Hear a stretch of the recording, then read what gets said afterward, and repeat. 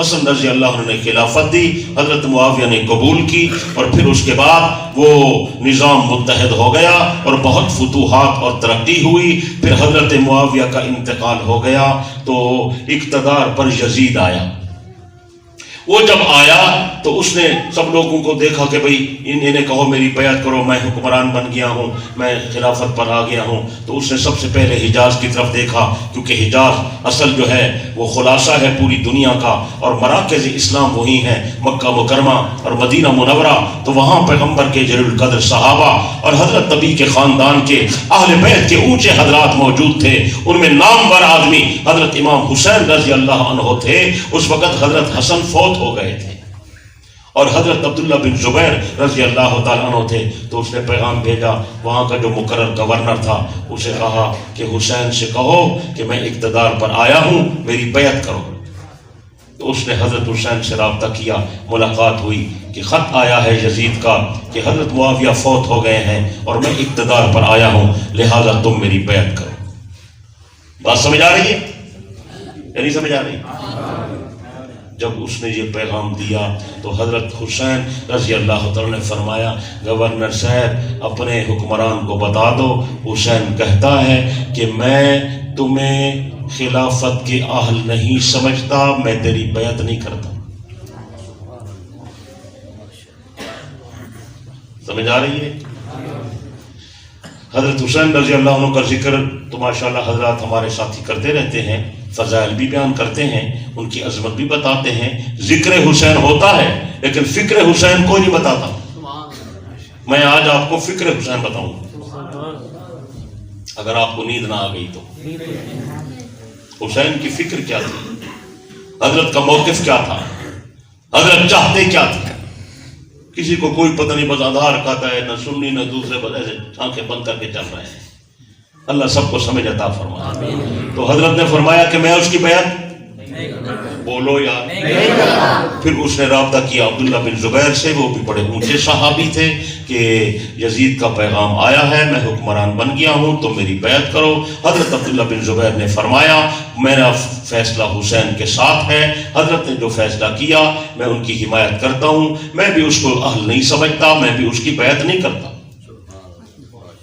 سمجھ آئیے یا نہیں سمجھ آئی؟ اب قابل غور بات یہ ہے وہ کیا وجہ تھی حضرت نے بیعت کیوں نہ کی؟ اگر آپ یاد رکھیں گے تو میں عرض کروں گا، یاد رکھیں گے؟ اللہ اکبر، بڑی اونچی بات ہے۔ میں حسینی موقف عرض کر رہا ہوں، جس طرح ہم صحابہ کے غلام ہیں اس طرح ہم اہل بیت کے بھی غلام ہیں۔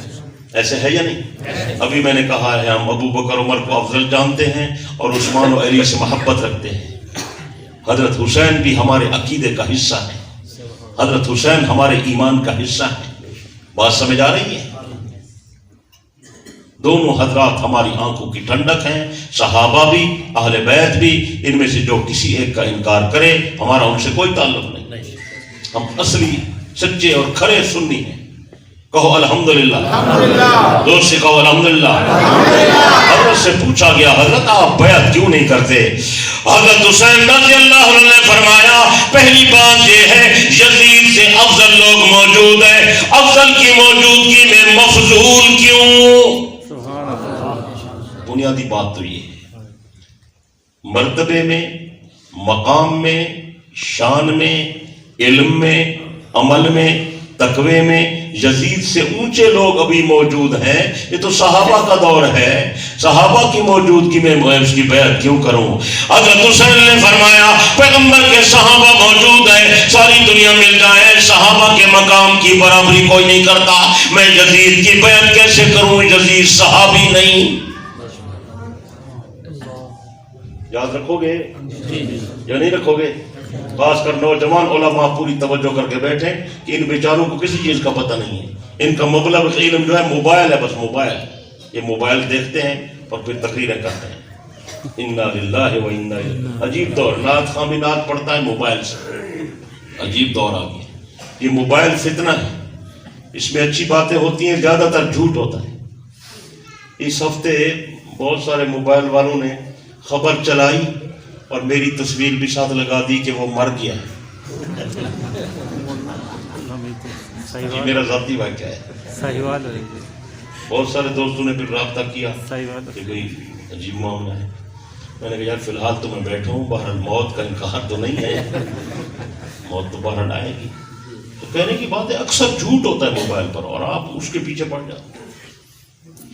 کل مجھے ایک آدمی کہہ رہا تھا کہ حضرت صاحب ایک ایسا پودا آ گیا ہے، اس پودے پر مرغی کے انڈے لگتے ہیں. آپ نے کہا ہاں یار جدید دور ہے، سائنسی ترقی ہے، مادی، ہو سکتا ہے بھائی ہو گئے ہوں گے. آپ بھی مان لیتے ہیں ماشاءاللہ ہر بات. ماننے پر آئے تو ہر غیرے کی بات مانتے ہیں، نہیں مانتے تو آپ اہل حق کی بات بھی نہیں مانتے. اللہ آپ کو ہدایت دے. میں حضرت کے موقف کی بات کر رہا ہوں. حضرت نے فرمایا صحابہ کا دور ہے، جدید صحابی نہیں میں بیان کیسے کروں، بلکہ پنڈی والوں میں حضرت کے موقف کی ترجمانی کے لیے آیا. مزید بات کو کھولتا ہوں تاکہ آپ کو بات سمجھ آئے. حضرت نے فرمایا ابو بکر خلافت پر آیا، ہم نے بیعت کی، ابو بکر صحابی تھا. حضرت عمر خلافت پر آیا، ہم نے بیعت کی کہ عمر صحابی تھا. حضرت عثمان مسند پر آیا، ہم نے بیعت کی کہ عثمان صحابی تھا. حضرت علی خلافت پر آیا، ہم نے بیعت کی کہ علی صحابی تھا. حضرت حسن خلافت پر آیا، ہم نے بیعت کی حسن صحابی تھا. حضرت معاویہ خلافت پر آیا، ہم نے بیعت کی کہ معاویہ صحابی تھا. یزید بیعت کا مطالبہ کرتا ہے، میں کیسے بیعت کروں، یزید تو صحابی نہیں. اس کے بعد آپ کو غلط فہمیاں نہیں ہونی چاہیے. بالکل میں آج آپ کا ذہن صاف کر کے جاؤں گا. کہو انشاءاللہ. دور سے کہو انشاءاللہ. دوسری بات حضرت نے فرمائی میں اس لیے بیعت نہیں کرتا، جس طریقے سے یزید اقتدار پر آیا وہ طریقہ شریعت کا طریقہ نہیں. توجہ ہے یا نہیں توجہ؟ میں موضوع پر بات کروں، باہر نہیں جا رہا. حضرت حسین نے فرمایا میرا نانا ختم نبوت کا تاج پہن کر آیا تھا، آپ کے بعد نبوت مکمل ہو گئی، کسی نئے پیغمبر نے آنا نہیں تھا. میرے نانے کے بعد نبی کی خلافت جاری ہوئی، خلافت کی طرز پر خلفاء آتے رہے، ہم تائید کرتے رہے. یزید جس طریقے پر آیا وہ خلافت کا طرز نہیں ہے، نہ یہ نبی کا طریقہ ہے، نہ یہ ابو بکر کا طریقہ ہے، نہ یہ عمر کا طریقہ ہے، نہ اہل شورا کا یہ فیصلہ ہے. اگر شورا کا فیصلہ ہے تو پھر حجاز والوں سے مشورہ کیوں نہیں لیا گیا، مکے والوں کو کیوں نہیں بلایا گیا، مدینے والوں کو ساتھ کیوں نہیں بٹھایا گیا؟ جب ہم سے مشورہ ہی نہیں ہوا تو یہ شورا کا فیصلہ نہیں ہے، یہ خلافت کا طرز نہیں ہے. مجھے ایک اور خطرہ، توجہ حسین کا ایک لفظ بڑا بھاری قیمتی ہے، پہاڑوں سے بھاری ہے. حضرت حسین نے فرمایا یہ خلافت کا طریقہ نہیں ہے، مجھے تو لگتا ہے خلافت ختم ہو رہی ہے اور بادشاہت شروع ہو رہی ہے. نہیں سمجھ آئی بات؟ لہذا میں بادشاہی کی تائید نہیں کرتا، میں دنیاوی حکومت کی تائید نہیں کرتا، میں تو تائید کروں گا تو نانے کی خلافت کی تائید کروں گا. کچھ سمجھ آئیے بات؟ آپ نے فرمایا، آپ نے توجہ حسینی فکر چل رہی ہے. حضرت حسین رضی اللہ عنہ نے فرمایا باپ کے بعد بیٹا، بیٹے کے بعد پوتا، پوتے کے بعد پڑپوتا، یہ تو بادشاہت ہو جائے گی، خلافت نہیں ہوگی. حضرت ابو بکر نے اپنے بیٹے کو نہیں بنایا نہیں. بولو. حضرت عمر نے اپنے بیٹے کو نہیں بنایا، حضرت عثمان نے اپنے بیٹے کو نہیں بنایا، حضرت علی نے اپنے بیٹے کو نہیں بنایا. اور اگر پنڈی والوں آپ کو نیند نہیں آئی، میں آپ کو ایک اور گہری بات بھی عرض کر دیتا ہوں. صدیق اکبر جس خاندان کا تھا، حضرت عمر اس خاندان کا ہی نہیں تھا. حضرت عمر جس خاندان کا تھا، عثمان اس خاندان کا ہی نہیں تھا. حضرت عثمان جس خاندان کا تھا، علی اس خاندان کا ہی نہیں تھا. حضرت علی تو ہاشمی تھا، حضرت عثمان بنی امیہ کا اموی تھا، حضرت عمر بنی عدی میں سے تھا، حضرت ابو بکر تیمی میں سے تھا. یہ دونوں جو چاروں بندے، ان کا تو خاندان بھی جدا ہے، بیٹے کو بنانا تو دور کی بات ہے. کچھ سمجھ آئیے؟ وہ حسینی موقف سمجھ آ رہا ہے یا نہیں سمجھ آ رہا؟ حضرت نے فرمایا یہ اس طرز پر اگر چلو گے، یہ کیسر کی کسرائیت اور کیسریت تو ہے، کیسر و کسرا کا طریقہ تو ہے، یہ محمد کی خلافت کا طرز نہیں ہے. میں چاہتا ہوں خلافت کا طرز ہونا چاہیے، خلافت چلنی چاہیے۔ اللہ نے برکت خلافت میں رکھی ہے، اور ٹھیک ہے، بولتے نہیں آپ۔ اور حضرت نے فرمایا مجھے کچھ باتیں معلوم ہوئی ہیں کہ جدید جو ہے وہ سنت کی تابعداری بھی نہیں کرتا، خلاف سنت کام بھی کرتا ہے، تو میں چاہتا ہوں خلاف سنت کام کرنے والے کی تائید نہ کروں، میں تائید کروں گا تو اس کی کروں گا جو میرے نانے کی سنت پر عمل کرے۔ بلکہ ایک اور کی انتباہ مزید کھولتا ہوں پنڈی والوں، پھر شاید میری آپ کی ملاقات ہو نہ ہو، آپ کو یہ بات کوئی نہ بتا سکے۔ حضرت امام حسین نے فرمایا میرے نانا جی نے امت کو ایک دستور دیا، وہ دستور حیات تھا۔ میں نے کہا حضرت وہ مجھے بھی بتائیں، میں پنڈی والوں کو بتا دوں۔ حضرت نے فرمایا، حضرت پیغمبر کا فرمان ہے فَعَلَيْكُمْ بِسُنَّتِي وَسُنَّتِ الْخُلَفَاءِ الرَّاشِدِينَ، میرے طریقے کو مضبوط پکڑو، میرے خلفاء کے طریقے کو مضبوط پکڑو، میرا طریقہ بھی سنت ہے، میرے خلفاء کا طریقہ بھی سنت ہے۔ حضرت حسین نے فرمایا لوگ یہ سمجھتے ہیں صرف وضو سنت والا، لوگ یہ سمجھتے ہیں صرف اذان سنت والی، لوگ یہ سمجھتے ہیں صرف نماز سنت والی، لوگ یہ سمجھتے ہیں صرف شادی اور نکاح سنت والا۔ نہیں نہیں، میں کہتا ہوں وضو بھی سنت والا، اذان بھی سنت والی، نماز بھی سنت والی، روزہ بھی سنت والا، حج بھی سنت والا، قربانی بھی سنت والی، جنازہ بھی سنت والا، نکاح بھی سنت والا، تعزیت بھی سنت والی، اور حکومت اور خلافت بھی میرے نانے کی سنت والی۔ حضرت نے فرمایا سیاست بھی سنت والی، اور اس میں نبی کا طریقہ اور نبی کے خلفاء کا طریقہ ہمارے لیے نمونہ اور سنت ہے۔ حضرت امام حسین نے فرمایا، میرے نانا جی نے فرمایا فَقْتَدُوا بِالَّذَيْنِ مِن بَعْدِ أَبِي بَكْرٍ وَعُمَرٍ، لوگوں میرے بعد ابو بکر عمر کے طریقے پر چلنا، ابو بکر عمر کی تابعداری کرنا، ابو بکر عمر کے نقش قدم پر چلنا۔ یزید جس طریقے سے اقتدار پر آیا، نہ نبی کا طریقہ ہے، نہ ابو بکر کا طریقہ ہے، نہ عمر کا طریقہ ہے، یہ تو قیصر و کسریٰ کا طریقہ ہے۔ کچھ سمجھ آئیے؟ اوپر سے جا رہی ہے۔ پھر وہ قاصد عبداللہ بن زبیر کے پاس آیا کہ تو بیعت کر، اس نے کہا جو حسین نے کہا میری حمایت حسین کے ساتھ۔ سمجھ آئے گی؟ اب میں آپ کو یہ بتانا چاہتا ہوں، آپ کو علم نہیں ہے، کوئی نہیں بتاتا، کہ حسین کو تو آپ جانتے ہیں کہ وہ نبی کا نواسا ہے، لیکن عبداللہ کو نہیں جانتے عبداللہ کون ہے۔ میرے دوستو، حضرت حسین نبی کا نواسا ہے، اور حضرت عبداللہ ابو بکر صدیق کا نواسا ہے۔ یہ صدیق اکبر پر بات چل رہی ہے، بات سمجھ آ رہی ہے؟ بلکہ مزید بات کھولوں، حضرت امام حسین علی کا شہزادہ ہے، حضرت امام حسین خود بھی صحابی ہے، علی کا حضرت حسین کا بابا علی بھی صحابی ہے، حضرت حسین کی اماں بی بی فاطمہ بھی صحابیہ ہے، حضرت حسین کی نانی ام المومنین خدیجہ الکبریٰ صحابیہ ہے، ام المومنین عائشہ صدیقہ صحابیہ ہے، حضرت عبداللہ بن زبیر یہ خود صحابی ہے، عبداللہ کا بابا زبیر صحابی ہے، عبداللہ کی اماں اسماء صحابی ہے، عبداللہ کا نانا ابو بکر صدیق ہے، حسین کا نانا پاک نبی ہے، عبداللہ بن زبیر کا نانا ابو بکر صدیق ہے۔ خاندان نبوت کے ساتھ اول دن سے جو تعلق اور محبت تھی وہ صدیق اکبر کی تھی۔ یہاں بھی صدیق اکبر کا خاندان حسینی موقف کی تائید کر رہا ہے، لیکن آپ کو کوئی بتاتا نہیں ہے۔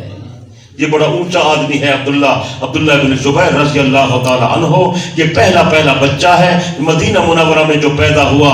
جب حضور علیہ السلام ہجرت کر کے مدینہ منورہ آئے تو یہاں کے لوگ کہنے لگے، دشمن کہنے لگے کہ ہم نے جادو کر کے مسلمانوں کا نسب بند کر دیا ہے، ان کی نارینہ اولاد نہیں ہوگی۔ تو یہ مسلمان بڑے پریشان تھے، ایک دو لٹے پٹے ہوئے آئے تھے، مکہ چھوڑ کر آئے تھے، جائیدادیں چھوڑ کر آئے، مکان چھوڑ کر آئے، دکانیں چھوڑ کر آئے، زمینیں چھوڑ کر آئے، خاندان چھوڑ کر آئے۔ یہاں آ کر لوگوں کے تانے سنے، بڑے پریشان ہو گئے، نئے آئے تو یہاں کی آب و ہوا راس نہ آئی، بڑے پریشان تھے۔ لیکن جب پیغمبر نے قدم رکھا اور حضرت اسماء بھی ہجرت کر کے مدینہ منورہ آئی، پہلا بچہ جو حضرت اسماء کے گھر میں پیدا ہوا وہ یہی عبداللہ بن زبیر ہے۔ بی بی اسماء اس کو خود اٹھا کر لے آئی، پیغمبر کی گود میں آ کر سلا دیا۔ حضرت نبی علیہ السلام نے پوچھا یہ کیا؟ کہنے لگی یا رسول اللہ، اللہ نے تو آپ کی دعاؤں کی برکت سے ہمیں بیٹا دے دیا۔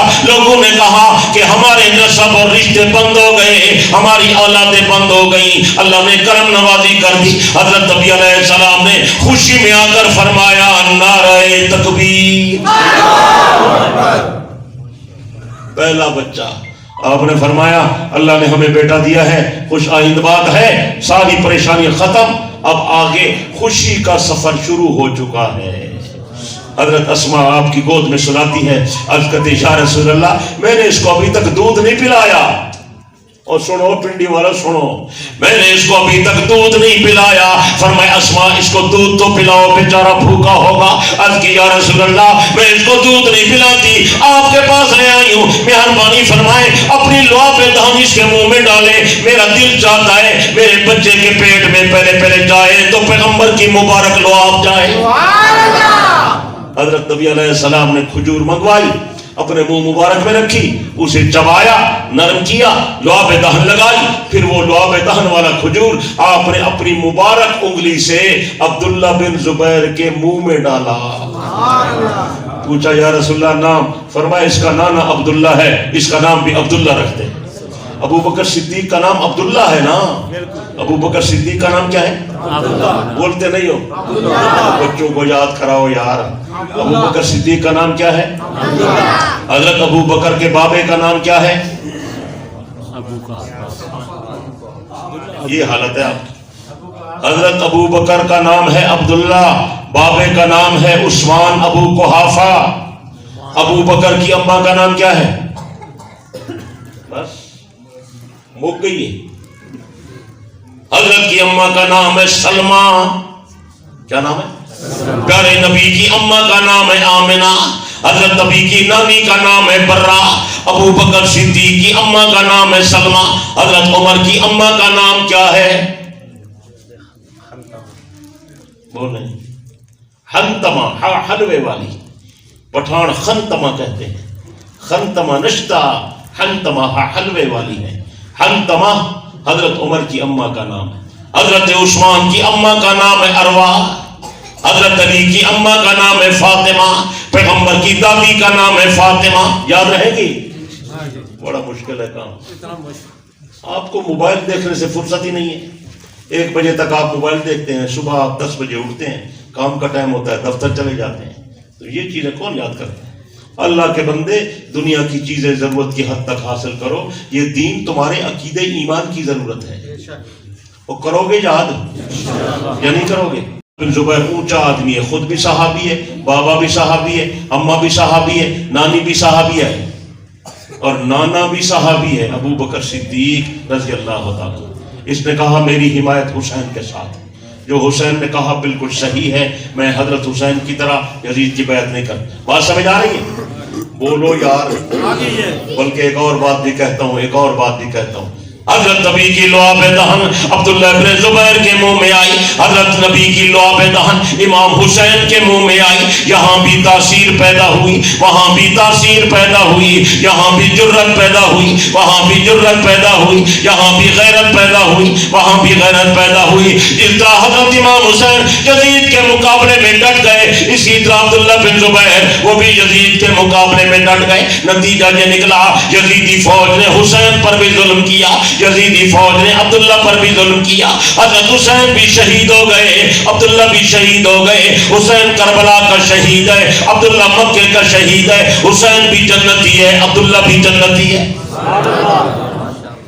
یاد رہے گی بات یا نہیں رہے گی؟ بہرحال یہ وہ موقف تھا جس کی وجہ سے سیدنا حضرت امام حسین رضی اللہ عنہ نے یزید کی بیعت نہیں کی اور آخر وقت تک اس پر ڈٹے رہے۔ پھر آپ لمبا حال ہے، آپ نے سنا ہوا ہے، پھر آپ تشریف لے گئے یہاں سے جو ہے مکہ مکرمہ، وہاں سے پھر کربلا عراق گئے، اور وہاں جب ابن زیاد کے نمائندوں سے بات چیت ہوئی، پوچھا کیسے آئے، حضرت نے فرمایا خلافت کے لیے آیا ہوں۔ کس کے لیے؟ اور سنت کے اجراء کے لیے آیا ہوں، سنت کے تحفظ کے لیے آیا ہوں، اور شریعت کے لیے آیا ہوں، اور نانے کے کلمے کو بچانے کے لیے آیا ہوں۔ میں اور اپنی ذاتی غرض سے نہیں آیا، انہوں نے کہا ابن زیاد کہتا ہے ہماری بیعت کرو. حضرت نے فرمایا بڑا نادان ہے, اگر میں بیعت کرتا تو میں مدینے میں کرتا, اگر بیعت کرتا تو میں مکہ مکرمہ میں کرتا, وہاں میں نے بیعت نہ کی تو یہاں آ کر میں بیعت کیسے کرتا ہوں. اس نے کہا حسین سے کہو دو ٹوک بات ہے, یا تو بیعت کرو یا لڑائی کے لیے تیار ہو جاؤ. حضرت حسین رضی اللہ عنہ نے فرمایا اسے کہو میں لڑنے کے لیے تو نہیں آیا, اگر میں لڑنے آتا میں فوج لے کر آتا, افرادی قوت لے کر آتا, میں افراد لے کر نہیں آیا, میں فوج لے کر نہیں آیا, میں پولیس لے کر نہیں آیا, میں ہتھیار لے کر نہیں آیا. میرے ساتھ لڑتے ہو کس بنیاد پر لڑتے ہو, اور اگر تم مجھے مارتے ہو مجھے بتاؤ کس بنیاد پر مارتے ہو. میں نے کسی کی عزت نہیں لوٹی, میں نے کسی کو قتل نہیں کیا, میں نے کبھی ڈکیٹی نہیں کی, میں نے تم پر کبھی ظلم نہیں ڈھایا, میں نے تم پر تلوار بھی نہیں اٹھائی. آخر کون سا سبب ہے جس کی وجہ سے حسین کا خون مباح ہو گیا, کس بنیاد پر تم لڑتے ہو. انہوں نے کہا ہم یہ باتیں نہیں سنتے, ایک ہی بات ہے ہماری بیعت کرو. حضرت نے فرمایا اسے پھر بتاؤ نادان, عدل سے رچ گئی ہے سر بلندی میری فطرت میں, مجھے بس ٹوٹنا آتا ہے جھک جانا نہیں آتا. میں سب کچھ قربان کروں گا, ساری جائیداد قربان کروں گا, بیٹے بھتیجے قربان کروں گا, خاندان ذبح کرواؤں گا, لیکن ظالم کی حمایت نہیں کروں گا. میں کہتا ہوں حسین سچا تھا, حسین کا موقف سچا تھا, سچ ہے زور سے. میں ایک جملہ کہتا ہوں لیکن وہ لکھے پڑے حضرات کو سمجھ آئے گا, بصیرت والے حضرات, سیاسی حضرات, مطالعے والے حضرات, سمجھ والے حضرات, علم والے حضرات, ان کو میرا جملہ سمجھ آئے گا, عام آدمی کو سمجھ نہیں آئے گا. اگر حسین ابن علی رضی اللہ عنہ وہاں حق کا کلمہ نہ کہتے اور عزیمت پر عمل نہ کرتے اور حضرت وہاں جا کر حق کا پرچار نہ کرتے اور اس کے لیے اتنی بڑی قربانی نہ دیتے, آج امت کے کسی بھی فرد کو غلط آدمی کے خلاف آواز اٹھانے کی جرت کبھی پیدا نہ ہو. پتہ نہیں میں نے کیا کہا ہے, یہ کبھی وقت ہوگا میں پھر بتاؤں گا. امت میں جب بھی کسی نے عزیمت پر عمل کیا, امت پر جب بھی کسی نے ظالم بادشاہ کے سامنے کلمہ حق کہا ہے, میں کہتا ہوں یہ وہ رسم شبیری ہے جس کو لوگوں نے ادا کیا ہے, اور اس کا ثواب حضرت حسین کو ملے گا. ملے گا کہ نہیں؟ بولو. اور حسین شہید ہو گیا, ناکام نہیں ہوا, کامیاب ہو گیا. مارنے والے ناکام ہو گئے, حسین کامیاب ہے. آپ کہیں گے دلیل, دلیل میرے پاس پیغمبر کا فرمان ہے کہ میرے آقا نے پہلے کہہ دیا تھا کہ میرا یہ بیٹا حسین جنتی ہے اور جنتی جوانوں کا سردار ہے. اگر حسینی موقف غلط ہوتا پیغمبر اس کو جنتی ہونے کی کبھی سند نہ دیتے. سچ ہے, تو بولو یار. اگر میری دلیل غلط ہے تو مجھے بتائیں, میرا استدلال غلط ہے تو بھی بتائیں. میرے بھائیو دوستو بزرگو, نبی کی زبان سے نکلی ہوئی بات قطعی بات ہے. پیغمبر نے فرمایا سیدہ شباب اہل جنہ, حسن حسین جنتی ہیں اور جنتی جوانوں کے سردار. بلکہ ایک اور بات کہتا ہوں, توجہ توجہ توجہ, نوجوان توجہ کریں, پوری توجہ کریں, پوری توجہ کریں. میرے بھائیو دوستو بزرگو, حضرت نبی علیہ السلام نے حسن حسین کو جنتی ہونے کی بشارت دی, اور اس کے بعد ایک بات اور بھی فرمائی, یا اللہ حسن حسین میری بیٹی کے بیٹے ہیں, میں ان سے محبت کرتا ہوں, تو بھی ان سے محبت کر, اور جو ان سے محبت کرے تو ان سے بھی محبت کر. یار بڑی اونچی بات ہے, پتہ نہیں میں کیا کہہ رہا ہوں. اس لیے حسین کا ساتھ کبھی نہیں چھوڑنا, خیال کرنا ہے, اور حضرت حسین کے خلاف کبھی بدگمانی بھی نہیں کرنی, خیال کرنا ہے. اس لیے کہ باقی لوگ غلط ہو سکتے ہیں, حسین غلط نہیں ہو سکتا. میرے بھائیو دوستو بزرگو, حسین دو نسبتوں کا مالک ہے. ایک تو خاندان نبوت کا چشم و چراغ ہے, نبی علیہ السلام کا نواسا ہے, اور دوسری بات یہ ہے حسین صحابی ہے. یہ بات نہیں بتاتے آپ. جس طرح باقی صحابہ جنتی ہیں اسی طرح حسین جنتی ہے. جس طرح صحابہ عادل ہیں اس طرح حسین عادل ہے. جس طرح صحابہ صالح ہیں اس طرح حسین صالح ہے. جس طرح صحابہ تقوی کے تاجدار ہیں اس طرح حسین تقوی کا تاجدار ہے. جس طرح صحابہ جنتی ہیں اس طرح حسین جنتی ہے. جس طرح صحابہ کو دنیا میں خدا کی رضا کا تمغہ ملا ہے, اسی طرح حسین کو بھی خدا کی رضا کا تمغہ ملا ہے. اور جس طرح صحابہ کے فیصلے غلط نہیں ہوتے اس طرح حسین کا فیصلہ بھی غلط نہیں تھا. جس طرح صحابہ پر تنقید جائز نہیں ہے اسی طرح حسین پر بھی تنقید جائز نہیں ہے. سمجھ آ رہی ہے؟